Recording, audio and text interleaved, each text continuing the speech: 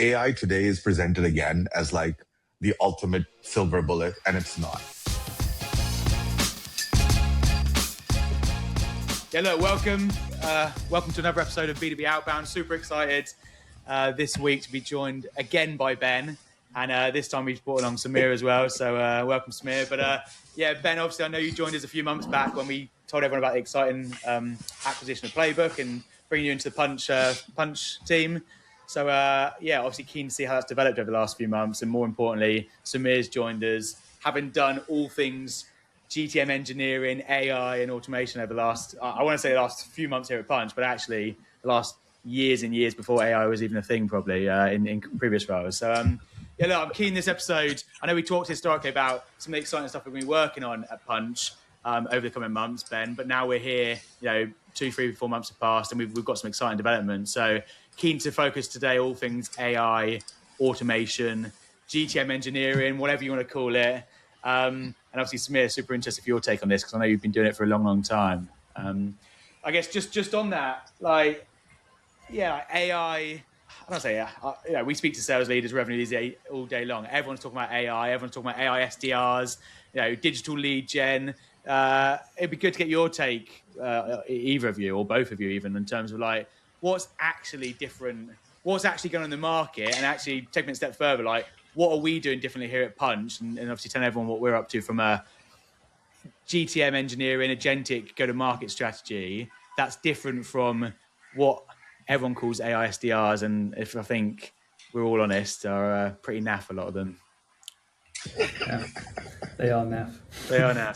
Yeah, the tools that claim to solve everyone's problems, the AI SDR platforms, they look great in principle. Websites always look fantastic. Social proof looks great. But under the hood, they're just a bunch of agents with not much human coordination. I think that's where the problem sneaks in, is that AIs are just running loose, sending messages, very generic. Working from the same signals is the common issue. Someone just got hired for a new role. They get bombarded with 1,000 messages, and a lot of them are coming from these platforms. So what we've been trying to do is, and I think everyone else in the market, is just to have outreach that stands out as original. It looks human curated is always the objective, but we're running it at some form of scale. And it's getting harder and harder to do. So it requires more and more input from strategists, expert go-to-market engineers to work out, what timely outreach is effective. Pulling all these different data points, what we call composite or cluster signals, is bringing all these data points in. When we have all these data points aligned, we can say something truly original and stand out. So that's always the challenge. I think the infrastructure part, scale, is never really an issue. Deliverability is not an issue. Sending is never an issue. It's just standing out with originality, making it look human, achieving scale. It's always going to be the hard part. But the good thing is there's more and more data to play with. We can find it from very obscure sources, locations. I think as long as we're always operating through the lens of what we term internally is unique to you data. What truly unique insights and data can we pull for a client, for a company, so we can say something that no one else can say. And I think that's where we're really standing out. That's where we're finding our foothold is. It's really obscure data. You can't just find it on a data platform. You can't just pull it from a vendor. You have to go scrape it, compile it, augment it, make sure it's actually usable. I think that's where we're seeing good progress. Yeah, that makes sense. I think the challenge I've seen from speaking to people is you're right. Everyone said, we can automate the SDR role. And the reality is a lot of these tools have been email automation on steroids.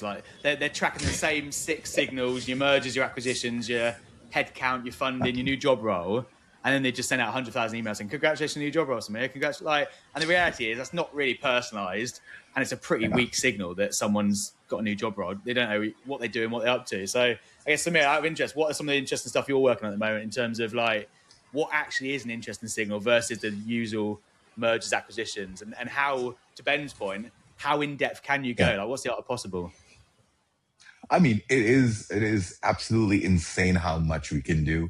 And before I answer that question, I want to comment a little bit on what Ben said, and I'll drill down on a specific thing. AI today is presented again as the ultimate silver bullet, and it's not. And if you take a step back and you think about it, these models are trained on what's publicly available. And in order for it to be an effective SDR, it needs to have 5-10 years of experience, which it doesn't have. And I think people skip over that part a lot, right? And, I'm about 40 years old now. So I've seen the traditional to digital, digital to growth hacking to GTM. And the thing that is consistent for me is Philip Kotler wrote the book on principles of marketing 30 years ago. And today it still applies. Yeah. And you can't shortcut that. So whatever AI, whether it's agentic or human in the loop, you've got to put that layer of context of what it needs to be thinking, what direction, what's relevant, what's not. And without it, it's going to kind of fail. To come to your actual question on what we're doing in terms of unique to you data, it's a lot of fantastic things, right? I believe I don't remember the name of the client, but over there, we took a combination of what tech they had, what was the first time that tech was detected, what was the first time the second piece of tech was detected, work out the number of days between them, and ascertain, hey, are they moving? Or are they using another system for marketing or something else? And AI just doesn't make that leap because it's not trained on that data, because it's not really thinking. It's probabilistic at this point. So that's the kind of stuff that really excites us. And I don't know if, Ben, you want me to talk about the link to plan idea I had for Punch in terms 100%. Of its own outreach. Yeah, go for it. 100%. And I think just to add on that point, I think what is missing is it's the intuition.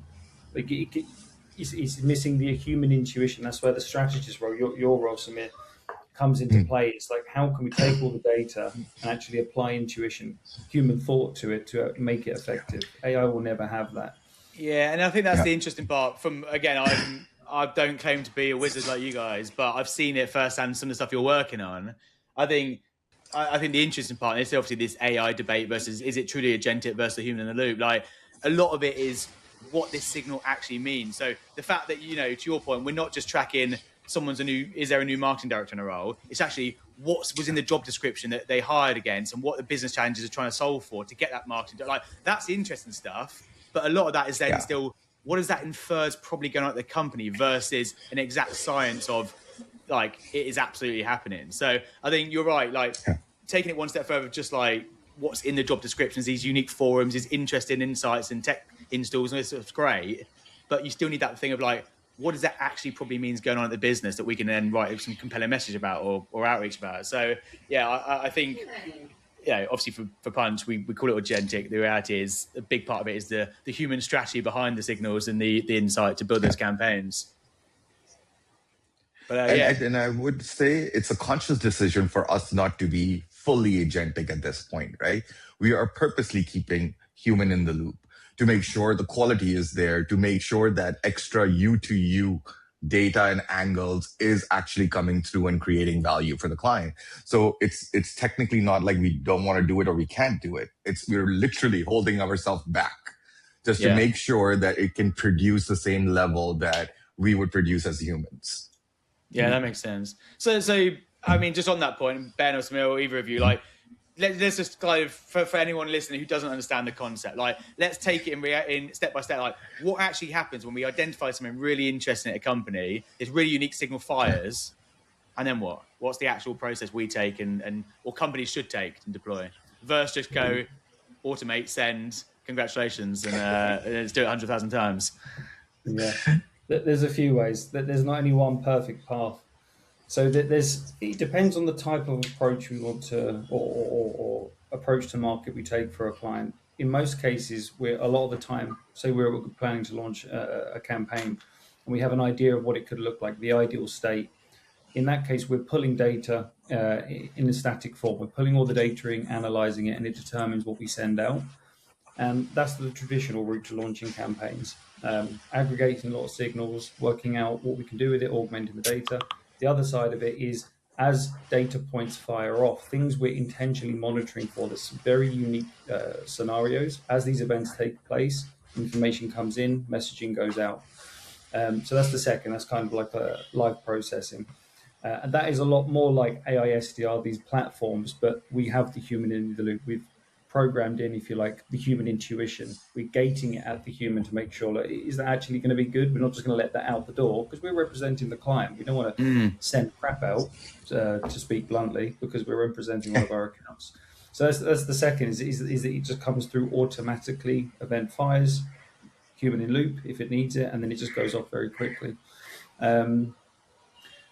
I'd say, yeah, they're the main two types of when event information fires off, but it always comes down to the quality of the event, what's actually happened. Again, the classic job changes. Everyone can see that's happening. That's not good enough these days. We want to make sure that someone's just changed job, something else has just happened to that organization, something's happened with a competitor.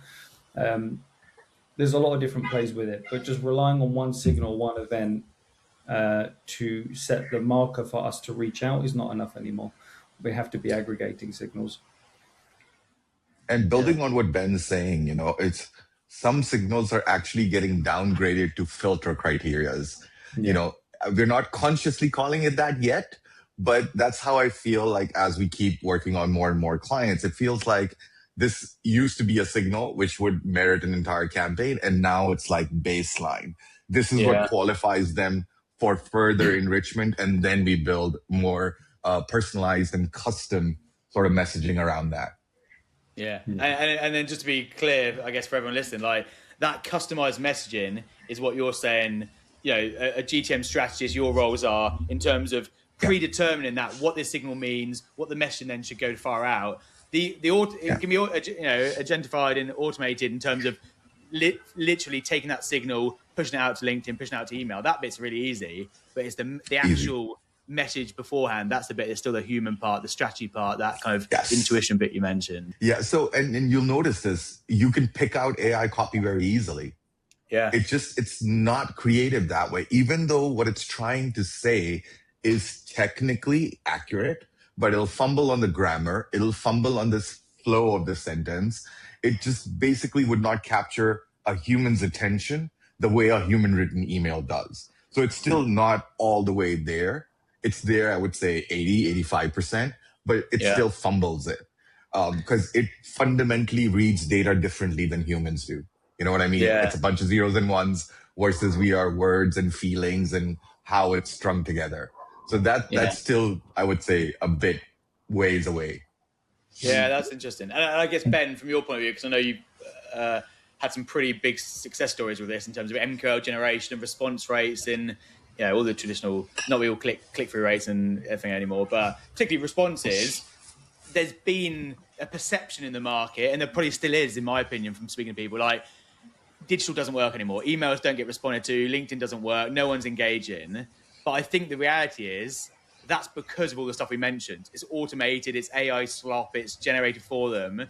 Actually, I think to your point, and you can maybe shed some light on it, like we're seeing actually, if you take a signal that's really unique and a really interesting reason to speak to them, put some really interesting copy around it, and provide some value in that email, we're actually seeing people do respond, people do engage, people do get back to you. Is that fair to say? 100%.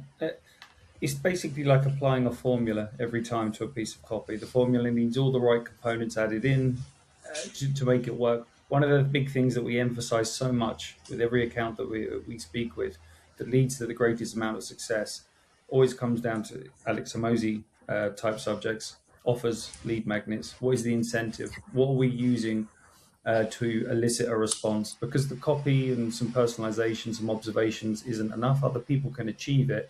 But what are we actually, like direct response copywriting, what are we going to say that's going to get a direct response? There's so much of my time, Sumair's time, and the whole strategy team with the new accounts and even ongoing ones, existing accounts, is finding, refining, and consulting with the client. What can we offer to your prospects to get a direct response? We're always aiming, at least with digital outreach, email, LinkedIn, is that it's very soft call to actions. Give value before you ask. Give. We live in an age of an abundance of information. Anyone can get any information they want. What can we give them they wouldn't be able to find anywhere else? So there's a lot of time that goes into it, but I've run plenty of campaigns, and Sumair has as well, where we have near close to zero personalization or observation information in copy.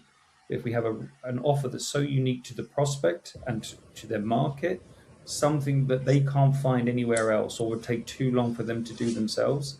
We have that one Yeah. component, we can get so many responses coming through. And as long as it has the right elements, again, it's like a formula, has the right elements, it's quick for them to consume. It doesn't take too much time for them to receive it, then it works. If they have to fill out a massive form, it won't work. If they can just say yes, they receive it, they can ingest it very quickly, and they gain value, we win. So you saw, and it's different for every company. For some companies, it's very hard to get these together. There's a distinction between an offer and a lead magnet for anyone that reads the Hormozy type topics. They're both valuable in their own way. The scenarios where an offer is ideal, giving someone a guaranteed outcome in a time frame or a fallback to de-risk the scenario. They work well for low-cost products. For more consultative products, managed service providers might be very curated lead magnets, and they can come in all types of formats, written formats, blueprints, frameworks, through to calculators, anything. And it's being careful with how we frame it. We don't want to send out a guide. We want to send out a blueprint. It sounds more actionable. It sounds like you can actually do something with what we're offering. So much time goes into that piece before we get into any of the fun stuff, which is the data and the signals and the stuff that like me and Sumair like to do. A lot of time is spent on the incentive. You get that right, campaigns are easy after. And while Ben was talking, it occurred to me a couple of things that we don't talk about enough. Like the first step for us with campaigns is ICPs and personas. When you build them via the old way, via Clay, via Apollo, or whatever other data providers you have, you're quite restricted in how accurately you can define that ICP and accurately you can define that persona. I feel that that's one of the easiest and biggest impacts I've seen of AI. I could drill down very tightly on an ICP and very tightly on a persona. And you know what? That in and of itself, if AI does nothing else, it's super valuable, because having done it on almost all different configurations, AI has made it the most easiest it has ever been.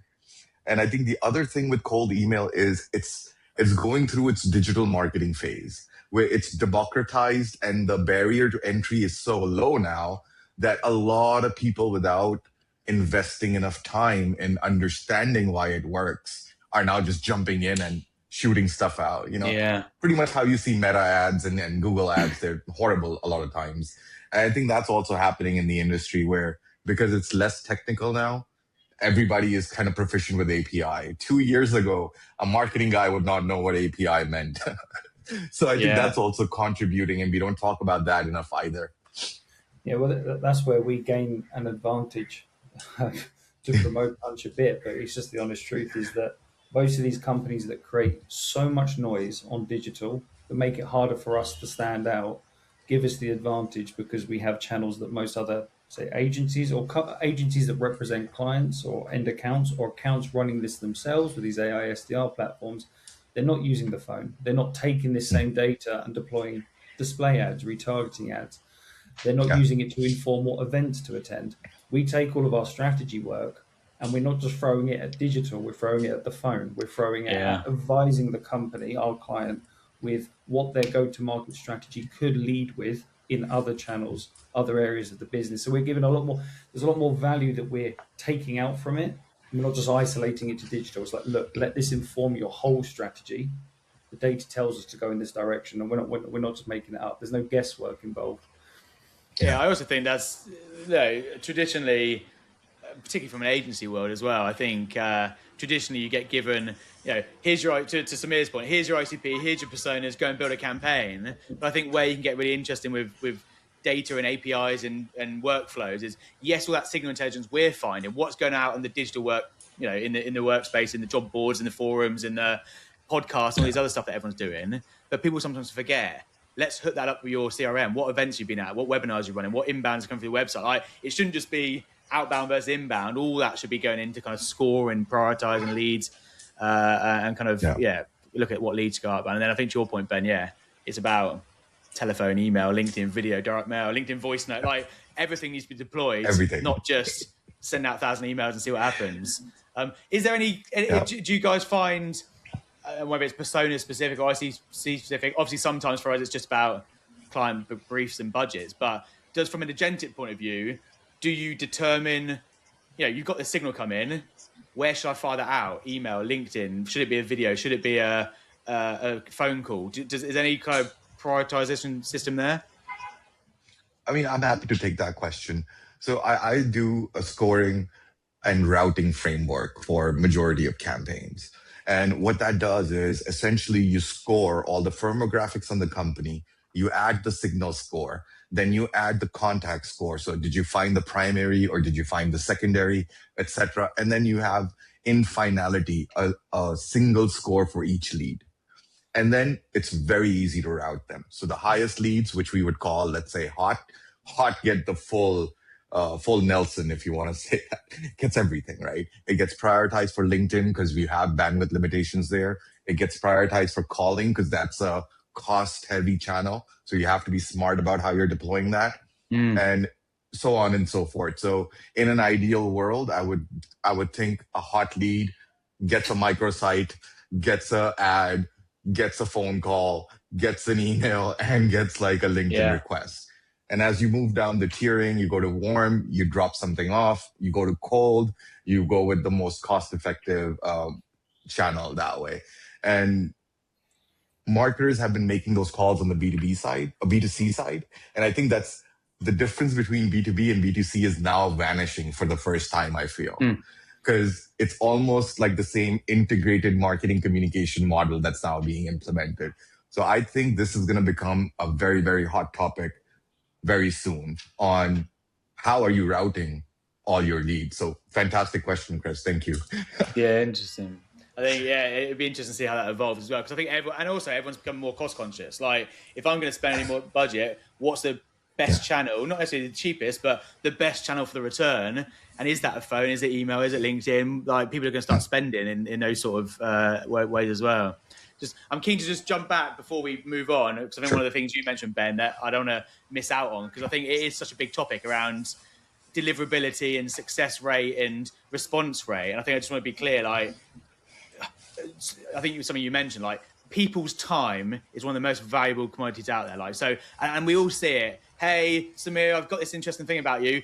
Can we have about 15 minutes in your diary? Like, so I think just to be clear, like, what you're saying is working right now from an email point of view. Don't be asking for people's time. You've got to be giving away value up front before even asking. I think, and I'd probably say that's where a lot of people are going wrong, because I think we all get 100 emails a day where people are saying, "Can I book 10-minute video? Can I grab a coffee with you? Can I grab it?" Like, the reality is, you're saying from an email point of view and LinkedIn point of view, it should be very, I don't want to say soft, but it should be to provide value rather than asking for something. 100%. Yeah, give before you're asked. It's everyone's tight on time. I can't remember the last time that I've received any digital outbound where I've gone, yeah, you know what, I'm willing to give away even 15 minutes, because what you've said in that short message has convinced me enough to join. You're a stranger to me. And then we have the same problem. We're reaching out to people as strangers.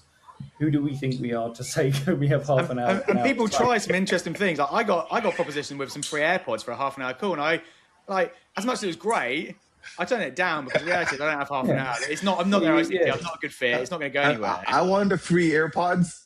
I did consider it. I put it that way, but realistically, even stuff like that doesn't work anymore, because, like, to your point, time is more valuable sometimes to people. Yeah, well, and you have to think, it's like, what can you realistically say in a 90 to 100 word email or a 60 to 70 word LinkedIn message that can convey enough, not value, can explain enough, well enough what your product or service does that's going to convince them into a call. Like, you have a whole website people go to and they still come off the website because they're not convinced, and they've got all this information. So it's like you simply cannot convey your value or what you could do. You could probably a perfect fit. You could definitely help that company out. You can save the money, you can earn the money. But it's so hard to fit into a small text box. So it's easier to say, look, I can give you an idea of what we're doing. Let us just show you how we're doing it. If I just send you this, you will get something out of it. I'll solve a small problem.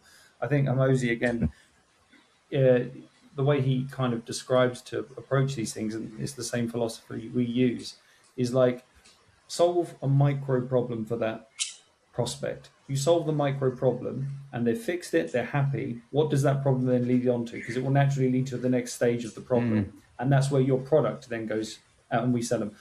Very basic example for Punch, like if we're reaching out to people have exercised this too much, so I wouldn't encourage it. But we reach out to a company saying, look, we'll give you 1,000 leads. They're all ICP fit. They're perfect. They've got mobile numbers. Great. Go after them. It's like, yeah, I'm going to take that. It's like you solved the problem of giving them data. Now they've got the problem of actually reaching out to the data. So then they're like, what do we do with it? Oh, we'll go to Punch and Punch will call them. So it's that kind of methodology that we want to try and push to our clients to help them break in. A lot of the times we're encouraging clients to say, look, what would you give away in your paid onboarding service? What small part can you let us take and use as a lead magnet or offer? Super valuable. But that you solve that, it makes the whole game a lot easier. That whole principle of giving value first, if I'm not mistaken, it's like a 50, 60-year-old book, How to Win Friends and Influence People. It's Dave Carnegie. It's like offer first. I mean, don't take, which is very, very critical. And then again, what he mentioned on word limits, right? To be able to distill a highly technical offer into 60 words or 90 words where you're giving value, you're accurately representing your client, and you're getting response back. It is not an easy thing. It looks easy, but it's genuinely not. Like Einstein, I think, said, it's easy to complicate things. It's really a mark of genius to simplify them. And that's what we literally have to do with each campaign. It's to simplify everything. Yeah, and I think it's also just worth adding, just for, I say, not skeptics as such, but maybe some large enterprise companies who are like, we've got so many propositions, it's so strategic, we can't possibly give anything away. I think one of the things that I quite like that you talk about a lot, Ben, is there's often some stipulations in there. So we're offering value, we want to give you this. The reality is when they engage, there's some T's and C's behind that. Like, as long as you meet our IC criteria, as long as you provide us access to your website, or whatever it may be, like, it's not kind of one blanket, you will get everything for everyone. Because to your point, if you do get 100,000 responses, the reality is, if it is a time investment you've got to give out, that's hard to deliver. So you then can kind of put behind a paywall, so to speak, say, yes, you do apply. However, you need to give us something first, or you need to give us a demo discovery call first, or a link on your website, or whatever it may be. Yeah, it comes as part of the consultancy with anyone that we end up speaking with when we're looking at offers and lead magnets, is to say, look, you want to make it sound as appealing as possible. You don't want to lie, obviously. You want to make it sound as appealing as possible. E.g., again, hypothetical examples, we'll book you 13 meetings in 12 days, or else we'll give you £1,000, right? A very basic example. So that offer's true. We are willing to do that, for example, or our company's willing to do that. But it's to say, look, we're going to send it out, but to make our client comfortable with such a bold offer that will elicit a high response rate, we have to say, look, we want to push this out. It's going to get a lot of responses, but you need to understand that what we're going to apply is what we call state and action stipulations. A state stipulation is easy. It's like, as long as this company meets this criteria, they have this a VP of sales, they're funded, whatever it is, that's the state. That's the state stipulation. That's hidden. And then the action stipulation, which is to say, okay, we're willing to give away this offer so long as the prospect who responds is willing to do X, Y, and Z. So give us your ICP. There's going to be some contingencies in place. Yeah. And what we encourage is not to say that we're going to send that out in a digital message, the terms and conditions, but it's just natural to say that, look, of course, we can do it. We just need to make sure that you're willing to participate and enact these things. And we often leave that to our clients like sales teams. So book the meeting in, get the salesperson on the call. They've got the sales acumen, the know-how. They can build the relationship, build rapport, and say, look, of course, Mr. Client, we can do this. We've done it before. We're willing to do it.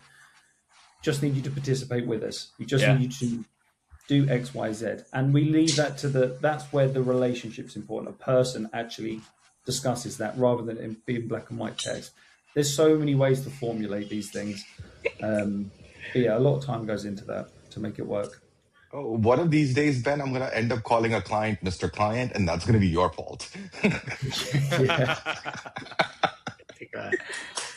Yeah. And then just going back to I guess the signal side of things, or even just outbound side of things. Obviously, all the different channels, all the different tactics. When's the right time to reach them? How often should you reach out? What's the cost of that channel? All these things we talked about, Sumair. Like, I've got a view on this, and I think it might be different to your guys' view. But like, is there a difference from timing over volume? Like in terms of, we've got more data than ever, more signals than ever, more insights than ever, which is great. So does that mean we don't need to do as much outbound or less outbound? Like, what's the trade-off there? I will always defer to more targeted, more informed, more sort of triggered outreach always. For me, in my experience, and I'm combining both my B2C career and my B2B career, it is always relevance is greater than anything else. So in the ideal situation, I want a good filtered list, a hot signal, and then another signal that's indicating that they're in market, right? Like the paint is fresh. Like one of the examples, this is one of my favorite campaigns that I ran before Punch. It was for a cybersecurity firm, and they were like a managed service provider. So what I did was I pinged the prospect's email records. So technically they're DMARC records to identify, do they have a DMARC installed? Do they have email security? Are they at risk that somebody could come and spoof their email?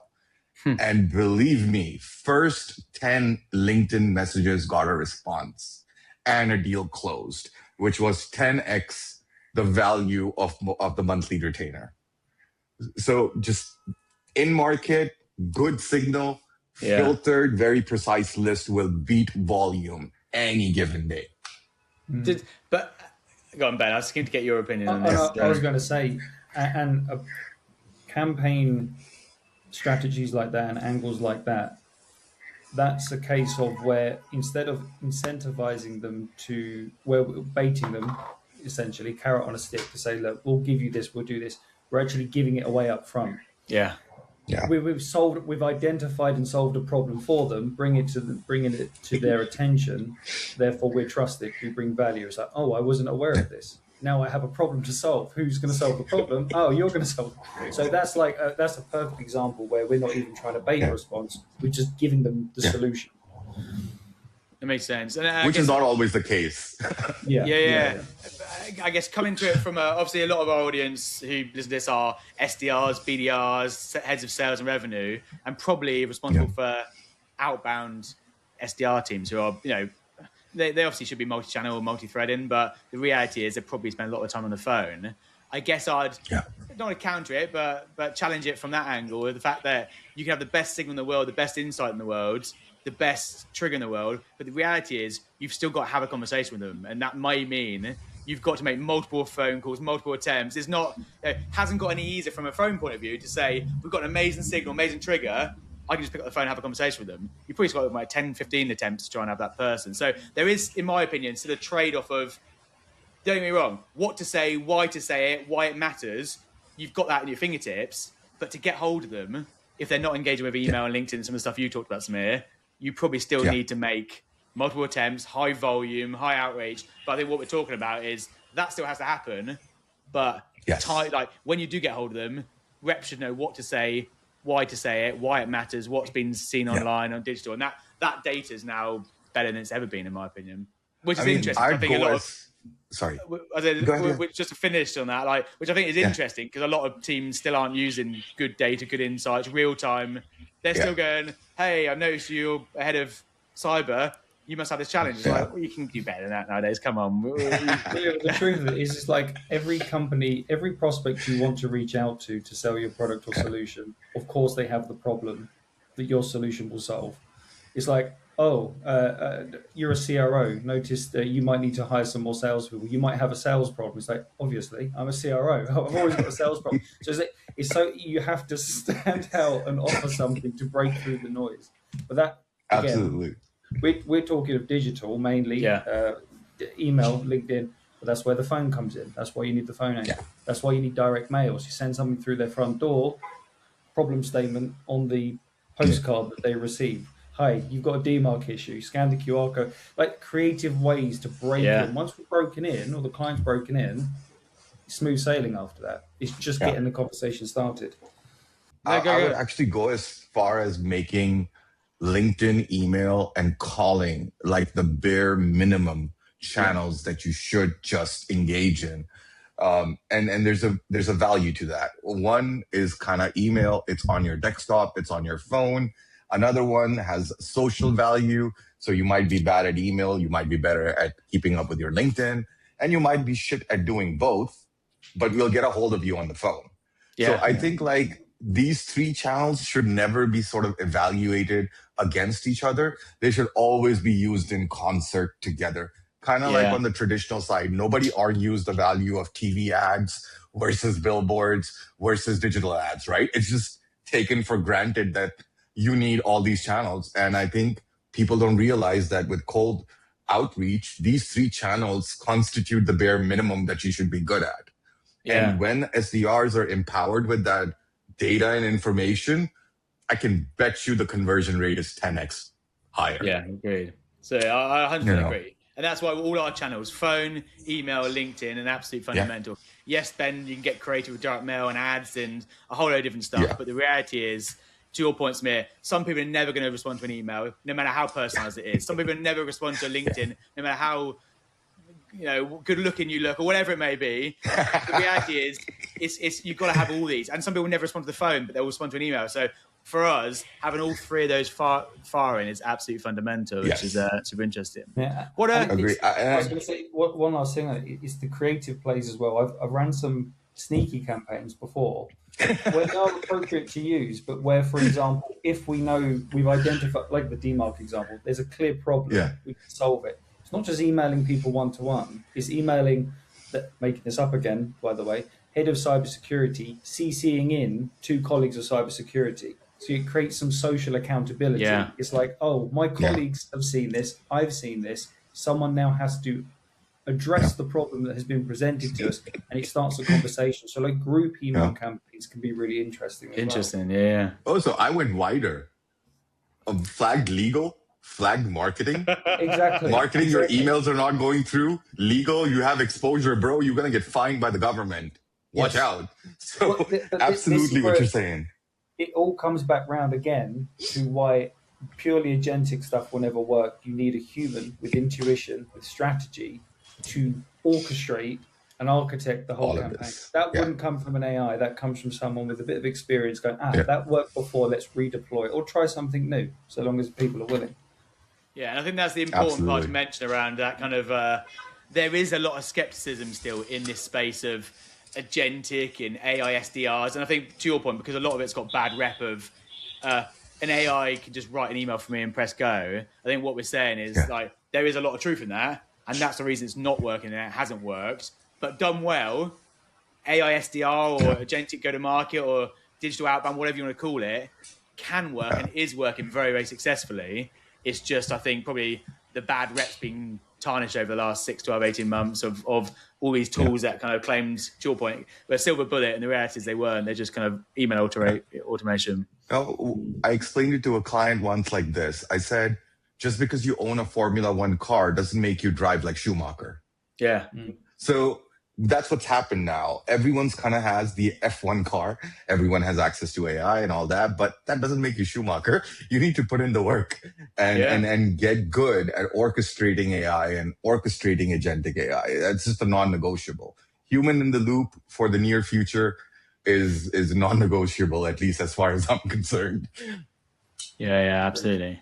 No, it's super interesting. I think it's an interesting topic, and obviously for anyone interested to learn more about it, connect with Sumair, connect with Ben. Obviously, check out Punch, what we're up to, and get in touch. But keen to, like I said, we can go down so many rabbit holes with this, and I think I'm still surprised nowadays, even working with both of you, like some of the prospects we speak to, and they go, I didn't even know you could find that information. I didn't even know that was a thing. And I think that's the nice part still, to surprise clients. And like I said, fairly technical ones and fairly ones that seem like they should be fairly advanced, their AI automation, are still behind in the art of what's possible, I guess. And that sometimes it's just nice to show them and bring up to speed. But appreciate you guys both being on. Ben, you've done this before, so you'll know this. But Sumair, we always end our podcast with some rapid fire questions, quick one or two word answers, quick answers, but just off some quick questions. So I'll let you both go, Sure. so I'm keen to get both your opinion. But let's go. Right.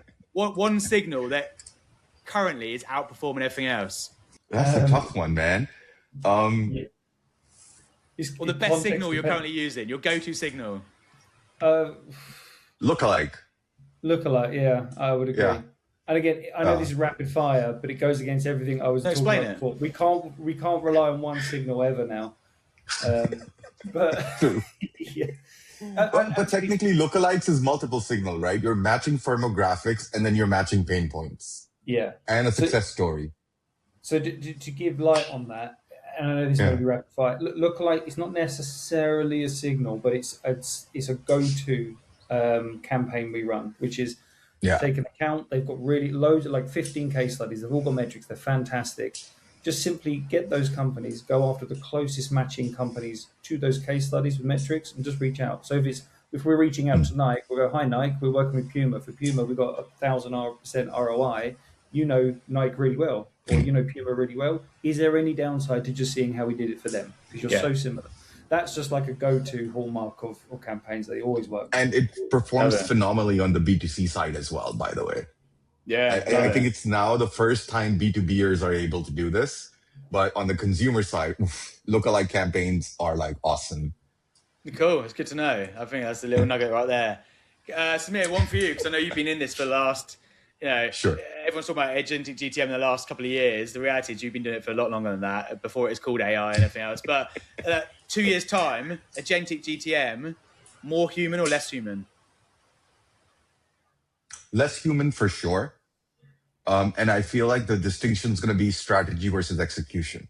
So imagine a GTM strategist will have 4 agents working for them, doing different pieces of the GTM funnel. And he will be running all of them. Oh, yeah. I don't feel the GTM strategist will be replaced yet, not 5 years. Not at least for 5 years. That strategy piece is still the human, super important part. The doing, all automated. All agentic. That's all agentic. Nice. Ben, anything to add? No, I agree. I think it'll be even longer than that. I think it will always be human with some intuition. Because the thing is, language models, AI, they're going to learn from what they know, and over time, it's going to learn all these, some of the creative things that we were talking about. So it's going to know all this stuff. But even so, then market demands more creativity and more and more and more. And creativity only comes from us, not from the machine. So Yes. Interesting.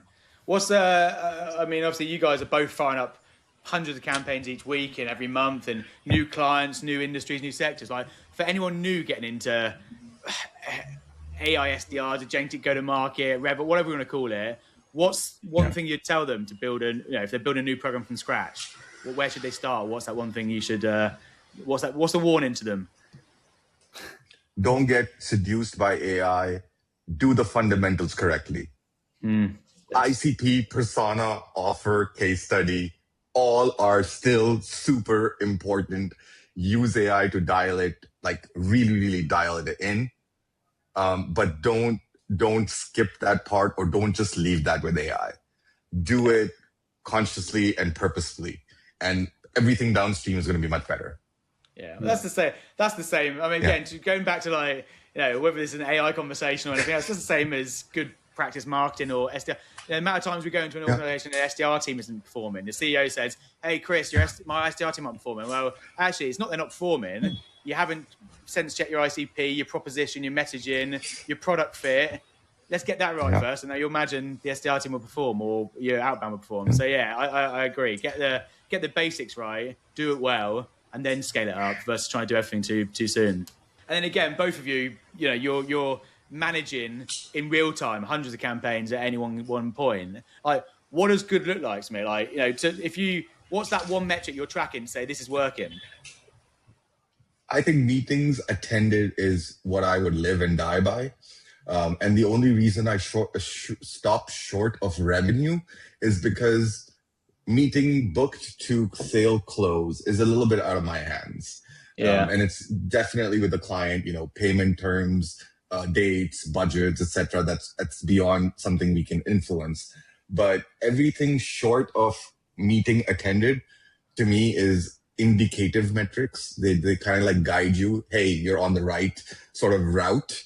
But the real truth is the client sitting in that meeting, is that progressing towards a possible sale? That's the one thing I would live and die by. Yeah, agreed. And I think actually a conversation for another day. But I think obviously this podcast has been very focused on top of funnel, generating outbound, go to market, get into the point of meeting booked, meeting sat, meeting qualified. Absolutely is the end. There's also a whole other podcast probably to run around. A lot of companies have a 6, 12, 18-month sales cycle, and there's a hell of a lot you can do and agentify to support AEs and sales teams, write creds deck, pitch decks, multi-threads, get more stakeholders involved. Like that's a whole other episode, I think. But that I think to your point, what we're looking at right now is how do you get meetings sat qualified in the diary that are going to convert? And there's some all the stuff you're doing is very, very cool. Nice. Look, appreciate it. Any final remarks? Anything you want to close on? I think one of the things I wanted to mention was, I think agentic and everything else, we should also look at it like a bell curve. There are 10% of us who are really at the cutting edge of it. And yes, we can agentify everything and it works for us. But for the bell curve, the majority of the population, they are way behind on the curve. So the obsession with AI might be a little too premature for them. And they need to get up to speed on the fundamentals first. One of the examples I love to share is like Pakistan went from no internet, no computer to now smartphones and total internet. It didn't change what needed to be done. It just enabled more people to access it. So brands got to remember that. So if you're not already running GTM for a year or 6 months or et cetera, and you don't know all of those things, you're still best served by non-agentic stuff and real people, real agencies. And once you get a good handle on that, you can graduate. So I think we're over-indexed in the GTM community on the AI part, which is maybe applicable to 10% of brands and agencies. The 80, 90% is still way, way, way behind. Like even Chris said, like clients get surprised. They get surprised because they're way behind on the curve. Well, this is it. Yeah, I think that's important. Again, a lot of people are saying, it's like all these ways. Intent data was a thing. And then you realize actually that's no longer, that's table stakes. What you can do is beyond that. So I think you're right. I think people think, we're using AI, we're using some agentic stuff. We're doing some AI to do research and signals. The reality is they don't. 90% of people don't understand the art of possible yet, and I think that's the exciting part for us to be in that world day in day out. Cool. Super appreciate it. Appreciate both you guys jumping on, giving up your time. I think people find this super interesting. We'll obviously put some of the stuff you mentioned in the notes, Ben, kind of about the offers and lead magnets and personalization. But look, for anyone who wants to learn more, check out Punch. We've got some stuff on our website. But more importantly, where can they check you guys out if you want to learn more, speak to you? LinkedIn? I'm on LinkedIn. And if you Google Sumair Shakir, I'm kind of the only one. I love bragging about that. My wife hates it. But I am the only Sumair Shakir on Google. Nice. He's also the 10% of that, AI evangelist. So he's in a good spot. I love AI, but I'm scared of Skynet. Appreciate your time, both of you. Thanks for jumping on, and we'll catch up soon. Fantastic. Thank you very much, Chris. Bye.